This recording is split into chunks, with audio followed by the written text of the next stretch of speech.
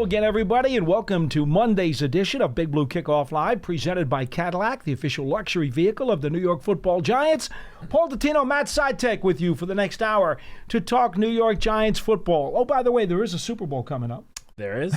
So less than a week. Indeed it is. So that could also be part of the conversation if you would like to address the Super Bowl and the Vince Lombardi Trophy. Our number here is 201-939-4513, 201-939-4513. Social media, hashtag Giants Chat if you'd like to go that way. As always, the show is also available on the Giants app and on the New York Giants YouTube page. Johnny Mac monitors that. And, of course, if you have some questions or comments, we'll try to see if we can get to them there as well. We come to you from the Giants podcast studio, presented by Hackensack Meridian Health. Keep getting better. Number of topics that I can throw out, and perhaps you guys would like to discuss some of these. For example, Matt and I talked last week about the Pepsi NFL Rookie of the Year Award, which, as Matt has informed me, there's some computer wizard out there who has been very proficient at jimmying with the results during the course of the season. We still don't know if he is impacting this final vote yet, but the Associated Press puts out their Offensive Rookie of the Year and their Defensive Rookie of the Year. Both Jackson Dart and Abdul Carter are listed amongst the finalists in their respective categories. Yes, they both are. We'll see. I don't know what the chances are that they both win. At least for the defensive rookie, I feel like there's just a clear runaway favorite for the defensive rookie of the year.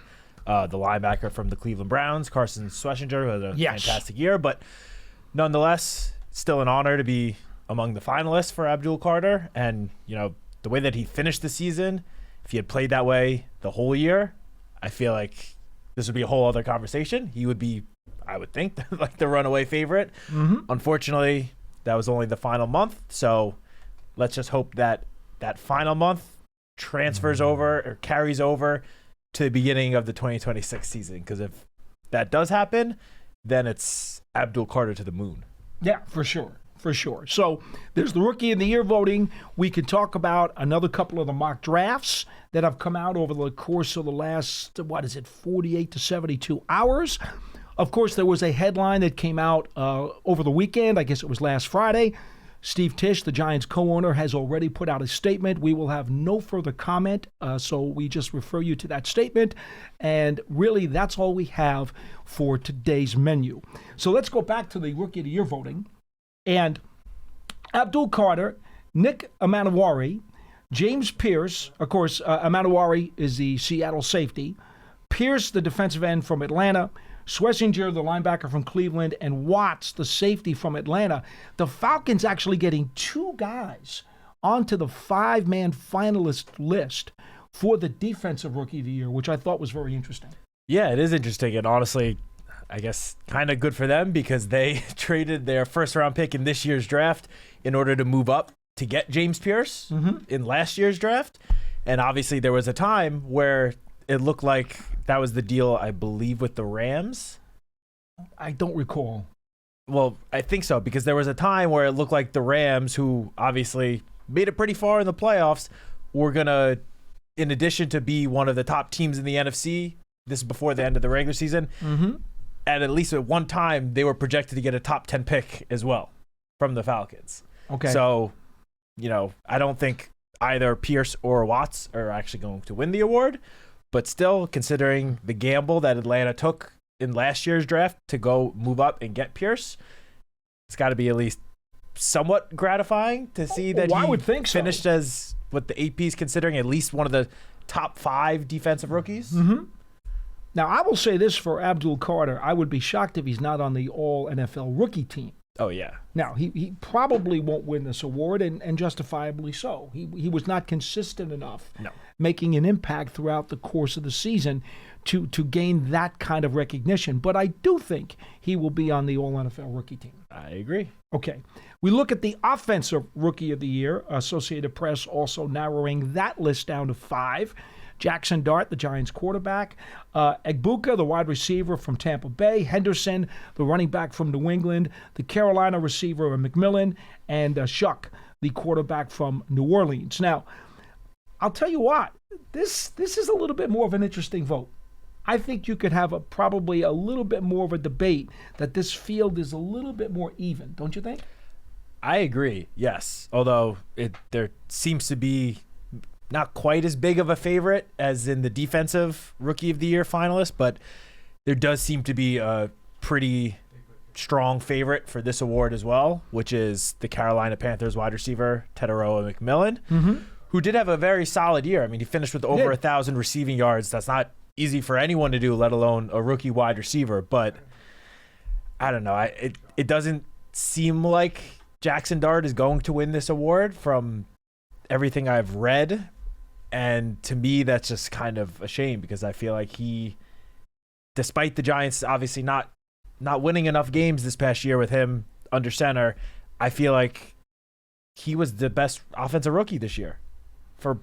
Since he took the field, the Giants offense took a noticeable leap. Granted, yes, it didn't lead to wins, but this award, Rookie of the Year award, is not a win-loss award. No, it is not.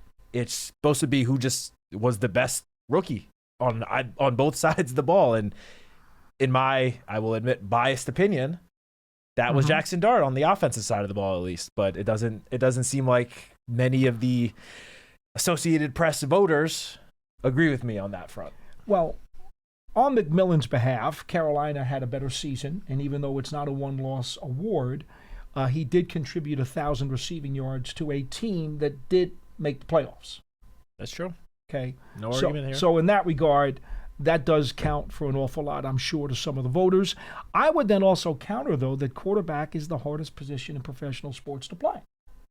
And for Jackson Dart, out of the gate, to exceed some expectations, especially when he was thrown in there only a month into the season, unexpectedly, that would score a lot of points for a lot of people, I would think. But in any event, it is what it is. I mean, again, McMillan is probably the favorite, and his stats to finish the season were 70 receptions, 1,014 yards, 7 touchdowns, which, again, very solid rookie year. Oh, it's a terrific season by any stretch. And that's across 17 games. But just to put it a little bit in comparison, and I know it may not be completely fair because this was one of the best rookie seasons, I feel like, ever. But when you look at Odell won it 11 years ago, in 12 games, 11 starts, he had 91 receptions, so 21 more receptions, 1,305 yards, so nearly 300 yards more, and 12 touchdowns. 5 touchdowns more. And that was in 5 fewer games, 6 fewer starts. That was like, he clearly deserved it, obviously. He did win it, that award. He was exceptional. Yeah. It's just when I hear you. I'm not saying that this award should be just a quarterback award because that's not what it should be. It should just be who is the best rookie, period. But just when you see a wide receiver with, solid but not great numbers going to win it, likely, over a quarterback who, I feel like had better numbers for his position and had a harder position to transition from college to the pros, it's just a little crazy to me. But I guess that's why I'm not a voter for this award. Neither am I. The other item that I failed to mention up top is the Pro Bowl, the Pro Bowl skills competition, which, of course, will come up tomorrow night. I believe NFL Network has it, or does ESPN have it? I'm not sure. I'm not sure where it's televised. I apologize. Check your local listings. Yeah, I'm not sure. Could be both. Brian Burns, of course, is the Giants representative. And by the way, I know I'm definitely biased on this one. Whether or not I'm biased on Jackson Dart, you could argue that either way. I think I would still give him my vote for the rookie. But Brian Burns, I know he was voted second team. Okay, All NFL, right? Yep. The Pro Football Writers Association of America had their All NFL voting. He did not even make second team for them. I was offended by that, to be honest. Now, I know, I get it. The Giants had a very difficult season. But this guy, if you watch him play in and play out, week in and week out, man, did he ball out this past season. And if they had any idea, if these voters had any clue as to how much he plays through, he's constantly getting nicked up. And he does not want to leave the field. I mean, it's hard for them to rip his carcass off that field, to just give him a break every once in a while. He does everything that a linebacker could be asked to do. He covers, he knocks down passes, he gets after the quarterback, he plays the run. I'm telling you, Brian Burns, he's an all-NFL player in my mind. And I don't know how the writers missed that, although the AP All-NFL did put him on second team. So I'm glad he got that recognition. I know that matters to him because when he was voted to the Pro Bowl, and I remember going up to him and congratulating him on it, he goes, it's great, and I appreciate it. You know, it's respect. I'm very happy, but I'm interested in the other team. He wanted the All-NFL recognition. Now, at least the AP one gave him the second team recognition, which, of course, Dexter Lawrence had prior. Andrew Thomas had that prior as well. Yep. So I don't want to sneeze at that. But the Pro Football Writers did take me off when they left him off. Yeah, I mean, look, I think he fully deserved it. I would say the Associated Press one is obviously the most notable, prestigious. That's the one that the NFL kind of recognizes. Yeah, that's the one that really, in my opinion, truly matters. Mm-hmm. And he was honored. He got the second team, as you mentioned, which I feel like was where he belonged. I mean, obviously, Myles Garrett was obviously the best outside linebacker, edge rusher, whatever you want to call it, this year. Micah Parsons, before his season-ending injury, was fantastic as well. I believe he was the other first team. I believe he was. So it's hard to make an argument that Burns, 100% deserved to make it first team over those two. I would have argued for him. There's an argument, I feel, with Parsons, you could make an argument. With Myles Garrett, obviously, no. He led the NFL in sacks. Like, that one was easy. But, yeah, I mean, look, in terms of the Pro Bowl, and I'm sure Brian, obviously felt honored to be voted to his third Pro Bowl of his career, first with the Giants. But after last week, Shedeur Sanders being a fill-in, now being a Pro Bowl quarterback over just over a few of the names, over Joe Burrow, over MVP finalist Trevor Lawrence, even Aaron Rodgers. Like, I could go on with other quarterbacks that clearly deserve to make it more so than Shedeur. And there's no disrespect to Shedeur. He did play solid when he actually got onto the field for Cleveland. But things like that, Snoop Huntley making it a couple of years ago when he played 4 games for the Ravens, like it takes a little bit of shine away from being named a Pro Bowler when you see stuff like that. So let me ask you this. And I believe it was Mike Florio of Pro Football Talk had floated this out there. He said basically, because the scenario has become, well, let's just say not full of integrity. How about that? Well, let's go with that phrase. He didn't use those words, but I'll use those words. It's not full of integrity. It's a very haphazard kind of situation, the way it's become. And it creates more mocking situations, I believe, than anything else these days. He was saying that the support, the fan and public support for the Pro Bowl has been dwindling. In fact, pretty dramatically in the last several years. So he was saying, why are we even doing it? To be honest, why are we even doing it? Because you get all of these people who drop out, who don't want to do it. It's not worth anything to them. And so now you're going down alternate after alternate after alternate. And you're going so deep into the list to get these people. And, I mean, is anybody going to watch the Pro Bowl skills, even if you wanted to watch them? Are you going to be excited about seeing some players like Shedeur Sanders who obviously don't belong there? No.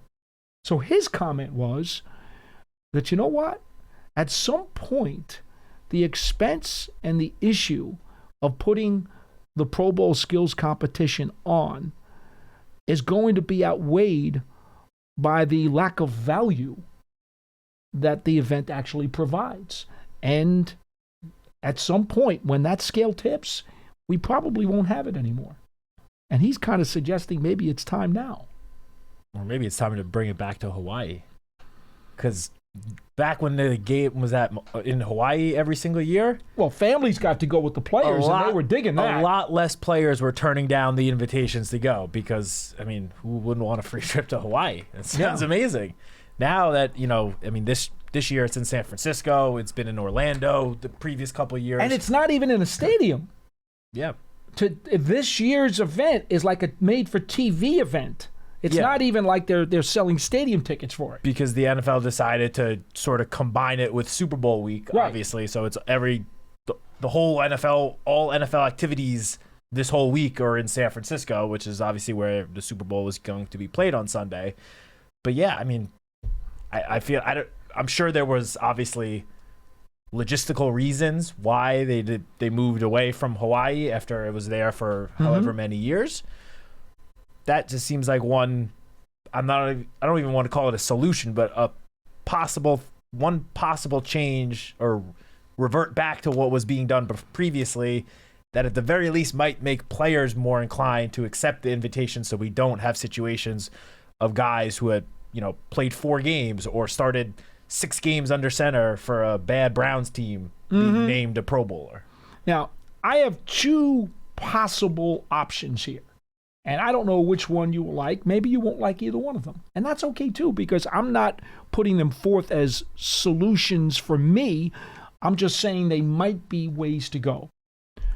Number 1, because the fans don't get to vote for the All-NFL team, either the writers vote for theirs or the AP has their own, because the fans do still want to be able to participate and still be able to take part, you could have a Pro Bowl vote and still name first, second, and if you wanted to, third team Pro Bowlers just based on vote that includes the fans, but just leave it at that and not have any event at all, but at least name Pro Bowl All-Stars. So you're saying the process to at least name the starters that is currently in place, keep that, but just don't actually have the games. Correct. So it's just an honor. So this way, at least the fans can participate still, because that's part of the argument to keep it, is that the fans get to have, they get a weight. Their vote is weighted in the Pro Bowl. And if you feel like as a league, you still want that fan participation, have the vote, still have it, name the top 3 guys at every position if you want to. And say, okay, see fans, you did participate. This is who we came up with, but no event. Okay. Plausible? I don't know if it's great, but yeah, the plausible. And that's something I've read people float that idea around before. The only thing is, obviously the NFL is one of the big 4 sports in America. Probably not. It's probably. The lead. It is the biggest. It's the lead. It's the biggest. You look at the other 3, talking about MLB, NBA, NHL, and they all make their All-Star weekend or All-Star week this whole big festivities, this whole big thing to do. And I can understand why the NFL doesn't want to get rid of that, because it is just another thing to give to the fans, to market to the fans. It obviously brings in some amount of money. I don't know how much, but some. Okay. And it would it would be a little weird to me to not, in the biggest sport in America, to not have any sort of, all-star game. But the difference between obviously the NFL and those other 3 sports is, in all of these all-star games across all 4 of those sports, there's not much defense played. You mean, you look at the NBA All-Star game, the final score is like 200 to 190, something insane. Baseball, they tried making the MLB All-Star game count by years ago, when the winner of the All-Star game got home field advantage in the World Series, which obviously is a huge, huge deal. But in the NFL, like in an All-Star game, a game that doesn't mean anything, you can't have obviously full contact, guys tackling each other, any sort of risk of getting hurt. Like, you don't have the risk of getting hurt really in those other sports All-Star games. You would run that risk in the NFL one if you tried making the game have any sort of, real stakes. So that's not really an answer, because I don't I don't have a great answer for it, but I think it would just be a little weird though if, being named an All-Star was basically nothing other than that in name. Even though that's kind of what it is now though. The Pro Bowl games, like you go again. Dexter Lawrence went last year and played tug of war. Like, I mean, yeah. Nothing to do with football. It is all right. So now the other thought that I had, and I don't know if this carries much water, but because there are some positions that are overflowing with high-level players, what about having the All-NFL team get rid of the whole Pro Bowl thing, have the AP selection committee, which is made up of writers from around the markets, have them vote for the All-NFL team, but expand it to a third team. Name a first team, a second team, and a third team, because there are clearly several positions where there's a logjam. Yeah. I mean, how many times did Tom Brady, become All-NFL, and that basically meant that the quarterback spot was clogged up because he was who he was. So if you expand it to a third team, you are at least allowing some viable selections to still get an honor without necessarily stripping it away from the, quote, GOAT of that position. But my only issue with that is then you have zero fan participation in the selection. That is correct. No, there's no right answer here. No, I don't. There's no good answer here. Anyway. That's why, in terms of at least the 4 major sports all-star games, the NFL probably, despite the NFL being the biggest sport in the country, when it comes to the all-star game, it probably ranks number 4 out of the 4. Now it's not even a game. Now it's just skills. It's horrific is what it is. So Look, I don't know what the answer is. I can tell you that. Do you remember when the Pro Bowl was actually played for real? Is it before your time? No, you remember it? Yeah. Okay. Because growing up, it was played for real. Guys did tackle. Guys did hit. And, heck, I want to say, oh boy, I want to say sometime within the last 15 to 20 years, it started to really get diluted.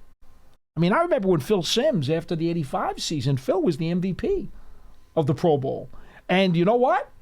He played it for real. And he was great. He was great. All right, 201-939-4513. One thing just popped in my head real quick that could maybe incentivize players to care a little bit more is similar to what the NBA has done with the NBA Cup, the in-season tournament. Have just a big financial, money incentive to the winners. I guarantee you, if you're telling guys, hey, you can make another $500,000, $1 million if you win, I guarantee you they'll be trying a lot harder than they currently are. Don't think that's going to happen. That's my only solution that I feel by the way, actually work. Did you see over the weekend? There are early estimates that the salary cap. Did you see this? I did see that going up a pretty good number, Matt. I mean that shouldn't surprise anyone. It's going up big numbers each year the last couple of years. I mean, since 2022.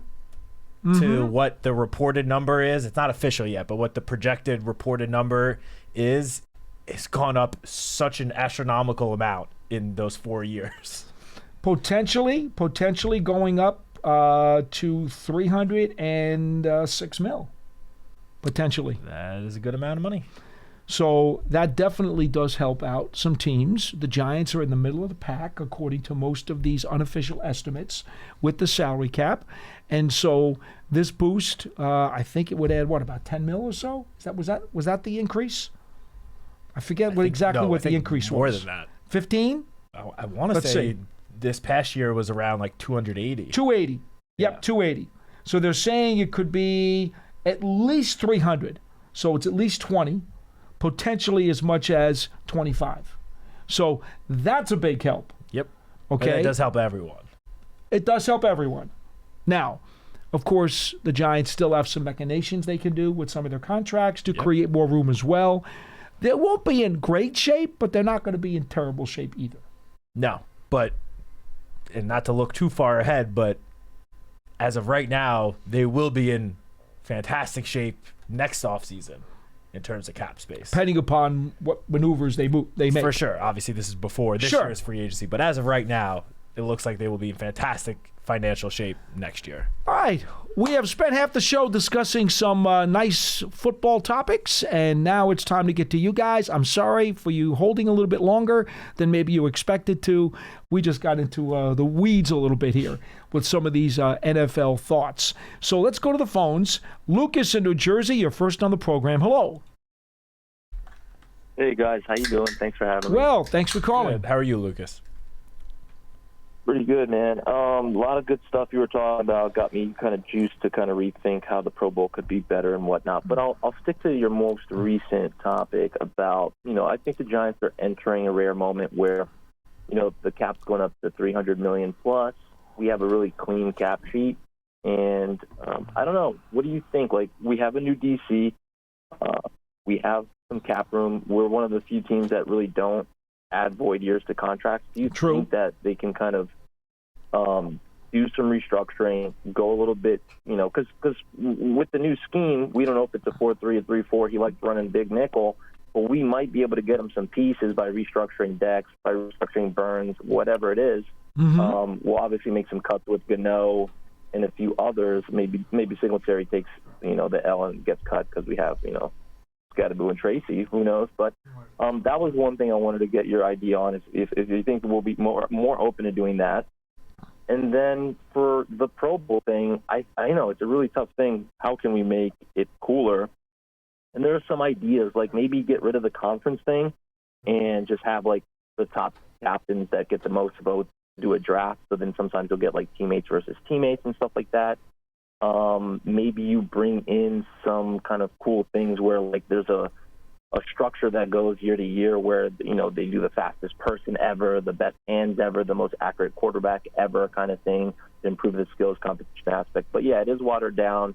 Kind of, I compare the Pro Bowl, modern day Pro Bowl to like modern day practices. They're kind of watered down. But just wanted to hear your take on if you think we'll play around with the cap and if you wanted to spin ball on some more Pro Bowl stuff, great. If not, keep doing what you do. Love the show and go Big Blue. Thank you. Call again. Thank you, Lucas. Well, again, I think any creative idea to increase the interest in the Pro Bowl is going to be welcomed because, quite frankly, it's just going downhill right now. So, I mean, the NBA tried that. They did. They got rid of the conferences and had the two captains, the two top players, sort of draft their own teams. Mm-hmm. Is that still how it's done? I don't even know. I don't think so. Now. No, I don't think they're doing went away that. from that. I think they got away from that now. Which that doesn't give me a lot of confidence that it'll be. Isn't it the NFL U.S. against the world in the NBA All-Star game this year?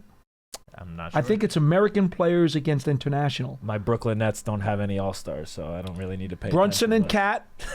New York Knicks represented with two guys. Very cool. We do have in the Rising Stars game at least Igor, but okay, not an All-Star. So anyway, in regards to that point, I think any and all ideas are welcome regarding the Pro Bowl. As far as the Giants cap situation, they have less than $1 million of dead money on their cap in 2026, which is because Joe Shane really does everything he can to shy away from void year contracts. So that is perhaps the best benefit of where the Giants sit on the salary cap scale this year. Would he consider doing one or two of those? I don't know. I mean, he's not inclined to do it, but could he? I guess there's a couple of guys who would be candidates if you wanted to do it, where some teams probably would. But I'll say this, for us really to even speculate on that now is a little premature because, once again, we don't even know the full makeup of the staff and how badly they want certain players and how badly they feel certain guys fit a certain scheme better than others. And that's all going to impact some of what Joe's going to do business-wise. Yeah, for sure. I was going to say that we don't even, officially, we have not announced who the coaches are. It's not even finalized yet. So except for Harbaugh. Yes. Except Oh, for and the by head the way, coach, the most Matt important and I one. have not been named to the staff. We can confirm that. Yes, that I can confirm. And, even, obviously there are reports out there for various different positions on the coaching staff, but even with those reports, like, not everything is set. There are still position coaches spots that need to be filled. So we don't, as you mentioned, Paul, it's kind of hard to sort of predict where they might go with some of the salary cap before even knowing who the actual coaches are going to be. We also don't know, not that we don't know, but Joe is obviously, as you mentioned, shied away or stayed away, I should say, from void years, from adding any sort of dead cap. And considering where the Giants have been the last couple of years, that makes sense. You see the team that does it the most right now, the last couple of years, are the Philadelphia Eagles. But they obviously been to a Super Bowl, won another Super Bowl. They are a contender year in and year out. A team like that, it makes more sense to potentially consider those void years. A team like the Giants, who obviously I think we all expect the Giants to take somewhat of a step this year from what the last couple of years have been. We don't know if they're quite yet in the, Super Bowl contender level of teams across the NFL. There's still some work that needs to be done before getting to that level. That's the sort of level you should be in before you start really considering adding in those void years. You want to give yourself as much flexibility when it comes to the salary cap while you're rebuilding and figuring out, okay, who are the core pieces? Who are the young guys that we can really build around? Who are the veterans that we can pay big money to that are going to be here for X amount of years into the future? Like, you got to build the foundation of your team first. And then you can, once you have that done and you take a step up and you're like, okay, you know what? I think, maybe going into 2027, Giants could be like serious contenders. Then I would say that's a situation where you would, in general, you'd be a lot more open to, restructuring deals, adding void years in order to clear cap space to add pieces for right now. All right, let's go back to the phones. Alex in Bergenfield, you're next on BBKL. Hello. Hey, Paul and Matt, how you guys doing? We're well. How are you? I'm good, thanks to God. Just wanted to bring a quick point. Just like I remember with like Davo, and I get it, we're in the Harbaugh era, but just something I noticed. Like, for example, we've seen how the whole Kenny Galladay thing went down, and it's like when I look at Fedoni last year, I get it was only preseason, but like I think he didn't even drop a pass. Like he was catching everything, and I don't know what's like this infatuation with Johnson. Like I understand that he, physically has the intangibles. He's made great plays, but he drops the ball a lot. And I just didn't understand why Fedoni didn't get an opportunity. I don't know, maybe he didn't know the playbook or something. I'm not really like a football X's and O's guy. I've really played baseball, but just, as a casual fan looking, watching, like, I don't understand why he didn't get an opportunity to play, especially with the down, like a losing season that we had, just so he could even get some experience with Dart. Like, what's your opinion on that? They did try to work him in some as the season progressed, but then he got hurt. Yeah, he got hurt in I believe it was the Packers game. Yeah. And then was out for the season. So, and unfortunately, and I believe that their plans were to try to work him in even more because he even did some things on special teams, which were kind of nice. He played a lot more special team snaps than offensive snaps this year. So he was en route to get more snaps as the season progressed, and then when he went down, well, that's it. You're hurt, and lost the rest of his season, which is unfortunate because I do think they really like him a lot.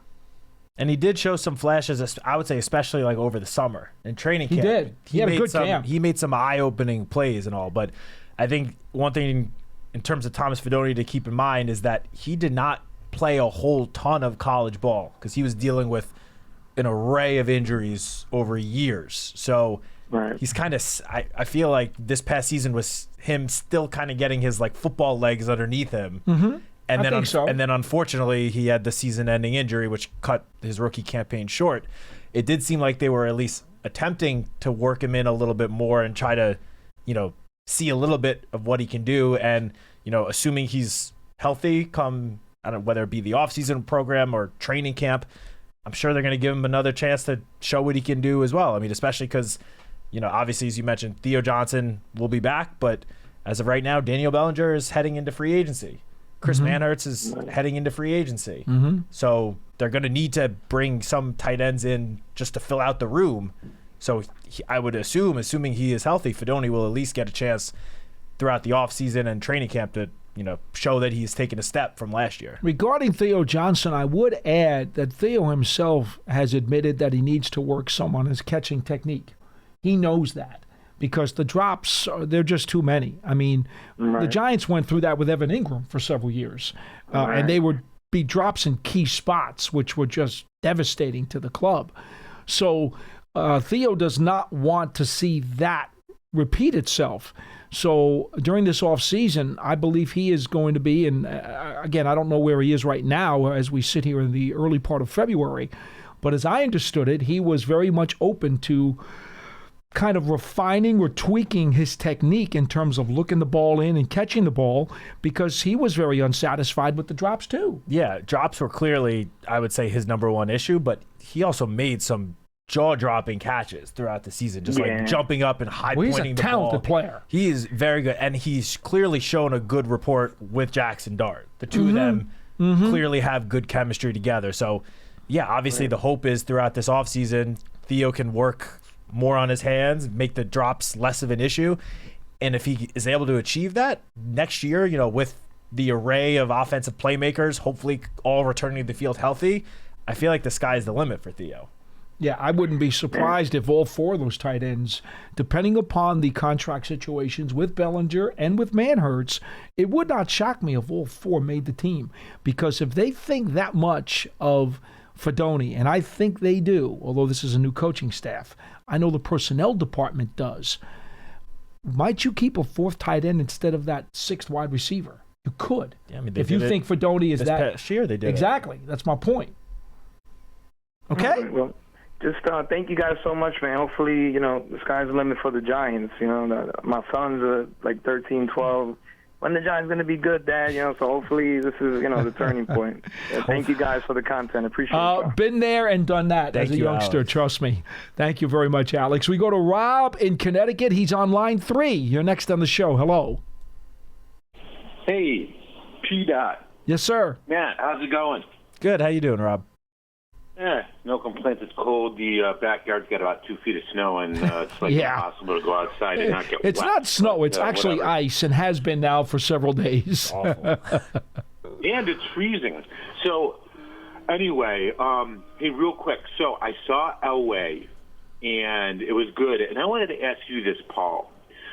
But John, Dan Reeves coached for both teams, and from you being there, what was the relationship like between Dan Reeves and Phil Simms compared to Dan Reeves and the apparent rift with John Elway? Oh, no. Phil was a big Dan Reeves guy.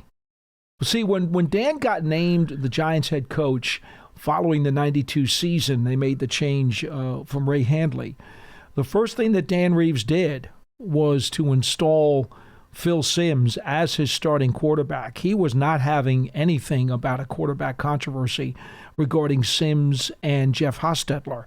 And so the Giants immediately, when Dan Reeves became the head coach, he made the decision. I mean, he had Phil, he met with Phil, and he told him, "You're my starting quarterback." And the Giants made the call not to re-sign Jeff Hostetler, who went free agent and wound up signing with the Raiders. I mean, so trust me when I tell you, and thanks for the call. We got a lot of background there, so we had to cut you short. But I can tell you for sure that Dan Reeves was a big Phil Simms fan, and obviously Phil was very happy to have Dan in control because he got his job back. Yeah, I said we go back to something we discussed earlier. Yeah. You'll be happy to hear. You don't have to be so angry at the Pro Football Writers of America. What happened? Because Dan Salamone, our senior managing editor, texted, Brian Burns did make the All-NFL team from PFWA. He did? He did. I should have remembered that because I posted article. What list did I Giants.com. see that said he did not? I don't know. All right. I don't know what you're reading, Paul, but he was named to the PFWA All-NFL team, so you can take them off your list. Guys, I'm sorry. It's apparent that you did have your eyes open, and I appreciate the integrity of your vote. Brian Burns. All right, so he did make the Pro Football did. Writers team. Yes. Thank you, Dan. It's good to know Yes. Dan's watching. I love the fact that Dan is checking out the program. That is so cool. We think that he's upstairs just looking at videos and pictures and just goofing off. Now we got to get him actually sitting here with us one day. Well, the problem, part of this whole issue over the years with the All-Star voting is that AP used to have their own. UPI, which was another wire service back in the day, which I don't even know if it exists anymore. And if it does, they don't even have a real sports department. They used to have one as well. In fact, UPI's All-Star selection process, and this goes back into the 70s, they used to vote for all NFC team and an all AFC team. Which PFWA does that as well. Okay, well, there you go. Is that where Burns showed up? Well, he made all NFL. He did make also all made NFL. all NFC, but he did make the all NFL team. Okay, cool. All right, so great news for Brian Burns. I am sorry, then I must have read something that was inaccurate, or maybe I read somebody else's all-star team. In any event, one other item I did want to get to today before we close out the program in another, 10 minutes or so. CBS Sports, we see that they put up a mock draft today. It's that time of year, folks. It really We're is. already in mock draft season. Yeah, well, with the Giants being number 5, I do think there is some interest, I guess, amongst the fan base for some of these mocks. And Ryan Wilson actually put his up yesterday. It wasn't up this morning. It was up yesterday. I didn't see it till this morning. He's got the Giants at number 5, taking Cornell Tate, the wide receiver out of Ohio State. So Dan Salamone, the Giants.com senior writer upstairs, you can throw your pizza party. Yes, they've got your Buckeye going to the Giants at number 5. They went, of course, with Mendoza at number 1 to the Raiders. Everybody seems to have that, the quarterback out of Indiana. The Jets taking Reese, the linebacker, also out of Ohio State.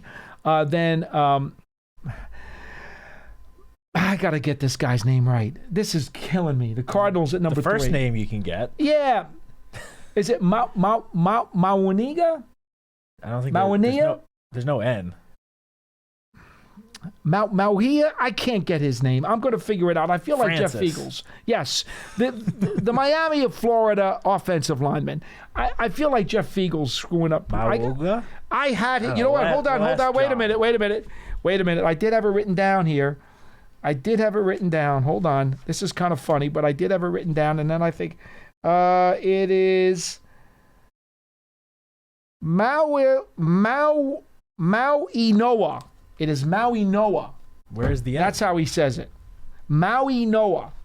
I All believe right. the G becomes an N. Gotcha. It's Maui Noah. All right. There you have it, folks. He goes to the Cardinals at 3. Reuben Bain Jr.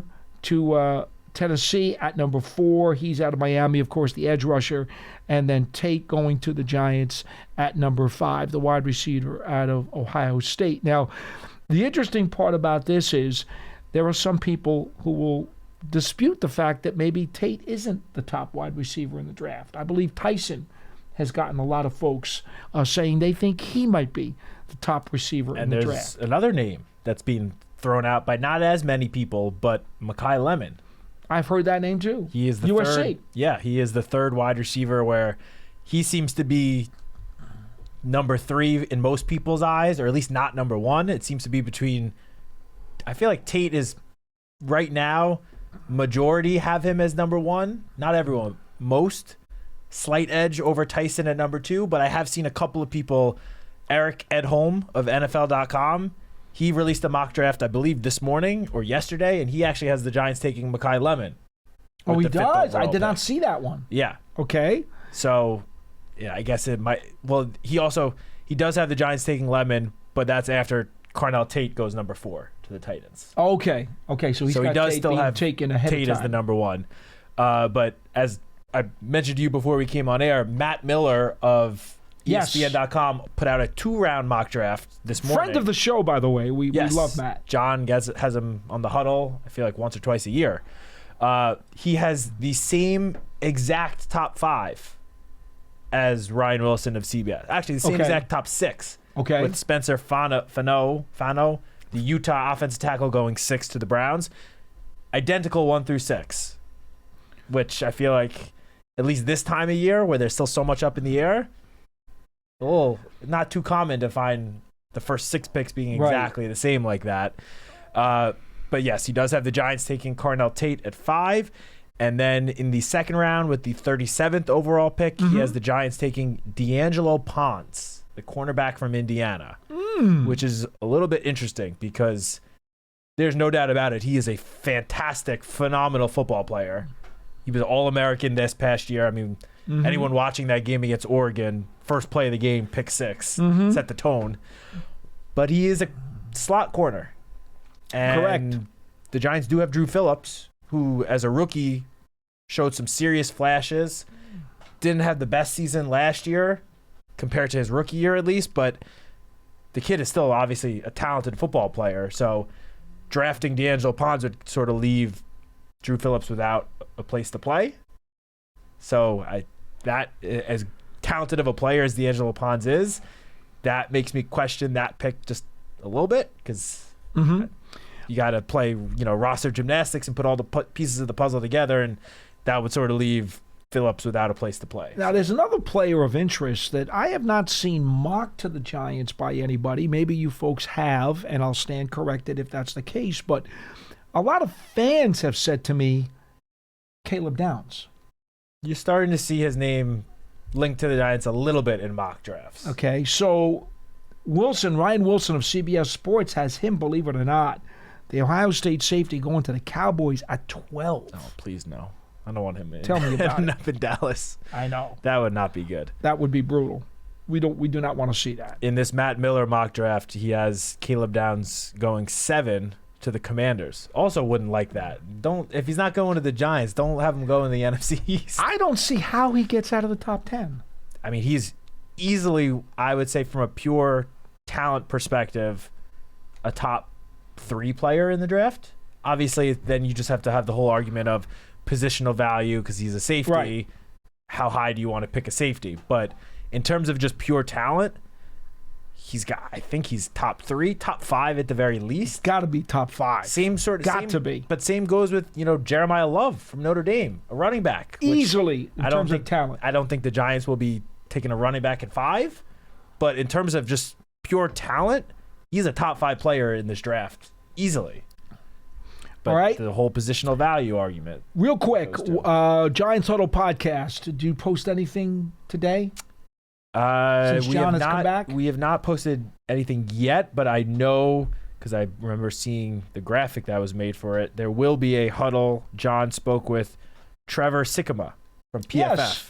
Yes. The lead draft analyst for PFF. We have had him on the show many times. Yes, so that will go up either later today or tomorrow. All right. Also, folks, as a reminder, and we've been telling you this now for quite a while, Special Olympics New Jersey's annual Snow Bowl is heading to Rutgers SHI Stadium this year. This annual flag football tournament will be on the field of Rutgers SHI Stadium from March 6th through 8th. The 6-on-6 tourney will feature competitive recreational and co-ed divisions, and all proceeds benefit thousands of Special Olympics New Jersey athletes across the Garden State. Register your team today at njsnowbowl.org. That's njsnowbowl.org. A couple of other real quick questions, or should I say comments, from our YouTube page. 11 Imani says, any word on a new offensive line coach? I heard someone from Michigan was coming as an assistant.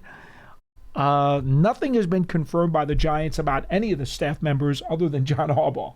Yeah, I mean, look, you can find plenty of reports. Nothing is official. There are reports out there, various different positions. But I haven't even seen even a report on O-line coach. I haven't either. In fact, the one guy who was supposedly going to be attached here out of some of the reports in Baltimore, that guy wound up, I believe, hooking up with Monk and going to Cleveland. Yeah. At least that's what I saw written in the Baltimore papers. T-Tom13 says Burns should have, in my opinion, been first or second team without question, I guess on the All-NFL team voting. Vince G18 says Sean Taylor blowing up a punter on a fake punt was legendary. I don't blame players for not wanting to get injured after the season is over without guaranteed contracts. He's obviously talking about the Pro Bowl. Yep. We all know about that play. That was like what Pete Rose did to Ray Fosse, the catcher in the baseball All-Star game, when he plowed into him at the plate and basically wrecked his career as a catcher. I do understand there is a other side to that discussion. Vince G18 says, I don't know the corners coming out. In my opinion, the Giants can use one. Yeah, I mean, look, I think a big determining factor on whether or not corner could be actually in play, at least at 5 or 37, obviously would be what happens with Cordell Flott. He's one of the key contributors that's entering free agency now. If the Giants are able to, give him a new deal, extend him before free agency or during free agency, and he's back, then cornerback is less of a priority. If he leaves, if he goes and signs somewhere else, and the Giants don't sign another, starting caliber, top-level cornerback in free agency, then cornerback is perhaps the number one priority going into the draft. I would submit to you the Giants have 3 questions on the boundary corners. We don't know if Tay Banks is going to fulfill his potential this year or not. We do not know if Paulson Adebo is going to be Paulson Adebo again, because he was not the same guy who played for the Saints when he played for the Giants last year. He was not. I mean, that's just, there's no cutting it. He just was not the same player. He showed flashes of it, but it was not consistent throughout the season. So both of those guys are question marks, and Flott is a contractual question mark because you don't know if you're going to be able to bring him back. Well, on that note, we're talking about mock drafts. There was a mock draft last week from a pretty notable name, Daniel Jeremiah, obviously one of the top draft analysts out there.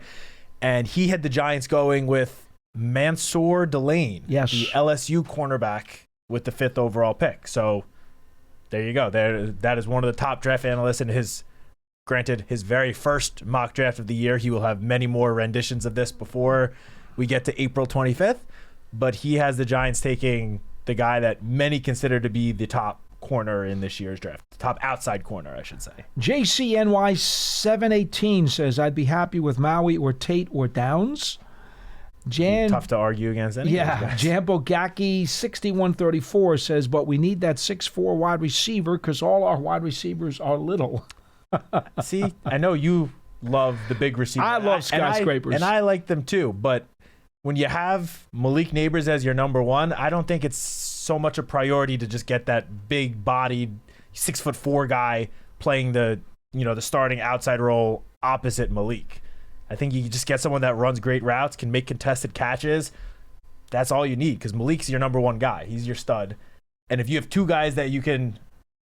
there you go. I don't care how tall they are. JCNY 718, read it. I don't care how tall they are, as long as they're open. I didn't even see that. But there you go. Carnell Tate is a phenomenal, probably the best route runner, if not one of the best route runners in this draft.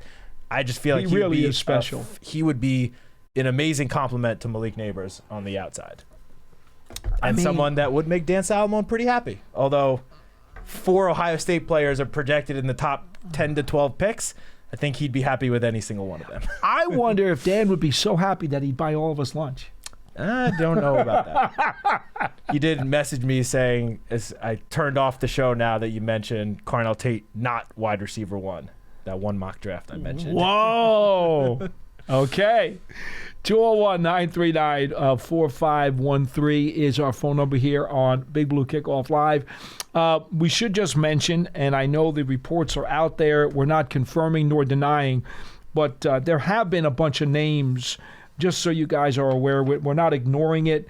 Guys like Alex Tanney, Shane Day, Brian Callahan, Cliff Kingsbury, Jim Bob Cooter. These are all names that have been mentioned by different published reports around the country as guys who potentially would be getting interviewed by the Giants. Davis Webb, also another one that has been named in these reports. We do not have any further information on any of those, whether or not yay, nay, or they're even having those confirmed conversations. But what we can tell you is that John Harbaugh, from everybody in the building that I've talked to, is working his butt off, trying to do everything he can to try to get this stuff squared away, because obviously he is a guy who is determined to get this thing turned around as quickly as he can, and he understands the importance of a good coaching staff. Yeah, for sure. I actually got the chance to finally meet him last week when I was going to get coffee. Oh, by finally, the good. Meeting rooms. It was just him and I. Introduced myself, got to speak to him for a very brief 2 minutes, because as you mentioned, and he mentioned, pretty busy trying to fill out this coaching staff. Very, very busy. They were working around the clock trying to get that done. So, and I think, the Cleveland Browns obviously decided to hire Todd Monken as their head coach. Mm-hmm. Clearly, according to all the reports out there, if he hadn't landed that job, there would have been a decent chance that he would have come here. So that, sort of changed plans. And, after that happened, you sort of cast a wide net and figure out who's the best guy to come in, start leading Jackson Dart and all these other very talented offensive pieces that are currently in the locker room, not to mention who else could be added. So they're doing their due diligence, which is what you want them to be doing in this situation. Well, even Coach Harbaugh was on with Gary Myers on ESPN New York over the weekend, and he flat out told Gary Myers, that was the expectation. I thought that Todd Monken was going to wind up here, and I did everything I could to convince him to come, but to get the opportunity to be a head coach in the National Football League when there were only 32 spots, you can't blame him for going. I couldn't blame him at all. Most people the people that do get the opportunity to call themselves a head coach in the NFL, most of them get that opportunity once. Todd Monken, I think he's going to be 60 years old this season. I think he's 63, isn't he? He's even older. I think so. So he's got his opportunity, and he's been a coach in the NFL a very long time, and this opportunity has not come to fruition before. So I cannot blame him at all for jumping at the opportunity, even though it's Cleveland. Well, yeah. That's always the asterisk, right? It's Cleveland. It's Cleveland. Odell Beckham didn't like Cleveland very much either, as I recall. I don't think so. One other item. This is an NFC East item. Vic Fangio, the defensive coordinator of the Philadelphia Eagles, apparently has hinted to them that he is considering retirement. Now, Good Morning Football just had a crawl saying it looks like maybe he's leaning toward coming back for another year. Yeah, I thought what I saw was that he was considering it, but now it looks like he will be back. But for a period... That's the hint that they're dropping right now on this morning's program. From what I read, it seemed like, at least for a short period of time, the Eagles were operating as if they might have to find a new defensive coordinator, but it does not appear like that will be the case. Obviously, things can change in the NFL, as we see on a near daily basis. Mm-hmm. Yeah, that's for sure. Johnny Mack does confirm Monken is 59. I'm glad you had the opportunity to check his birth certificate, Johnny Mack. Thank you. And also does confirm that the Pro Bowl tomorrow night is on ESPN. It is not NFL Network. And by the way, did you guys see that too?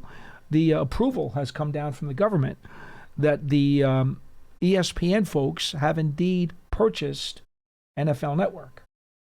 And so there is a merger of sorts. Now, there are some details about games that are changing hands and other things that could happen, and some cross-promotion with some of the announcers and this and that.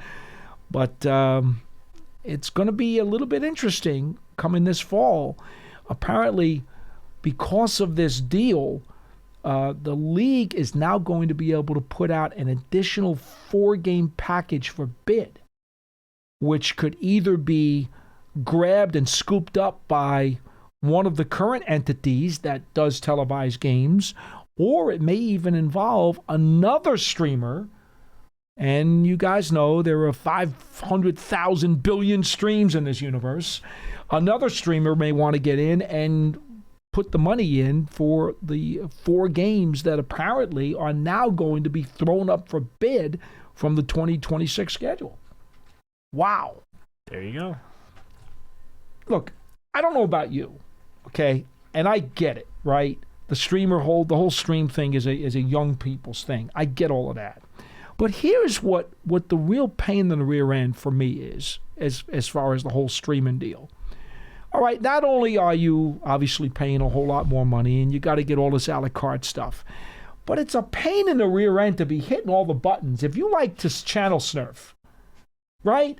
I don't know. Do you surf? Yeah, I still have cable. I have cable too. Person that still has cable. So do I. Because I need it for sports. Right, but I love to channel surf, and when you get tough. to that section on your cable TV guide where they've got like the 20 sports channels all in a row, I'm going to that TV guide, or I'm just flicking one at a time, going right through and just surfing to see what game or what program I'm interested in. If you got to do the whole streamer thing, you got to start pushing different buttons on different remote controls to set up the stream and then go there and go there. And Well, it's a pain. At the very least, ESPN streaming service, you can sort of just toggle through whatever games they have available pretty easily. But That is easier. But that is all within one streaming service. The issue is when you want, when there's one NFL game on Prime and you want to switch on the Knicks game, which is on whatever other streaming service or on cable, then you can't really go back and forth. Or I hear the you there. Yankees. That's why right? that's why you need multiple screens. Then the issue solved. That's my argument with my wife, which has not worked yet. But I'm gonna keep trying. Good luck with that. All right, that'll do it for this edition of Big Blue Kickoff Live, presented by Cadillac, the official luxury vehicle of the New York Giants. Jot down our number, 201-939-4513. And you could always catch an archive of this show and our entire podcast network on the Giants mobile app, podcast platforms everywhere, and at giants.com/podcasts. We have come to you from the Giants Podcast Studio, presented by Hackensack Meridian Health. Keep getting better. For Matt Citak, I'm Paul Dottino. We'll see you next time.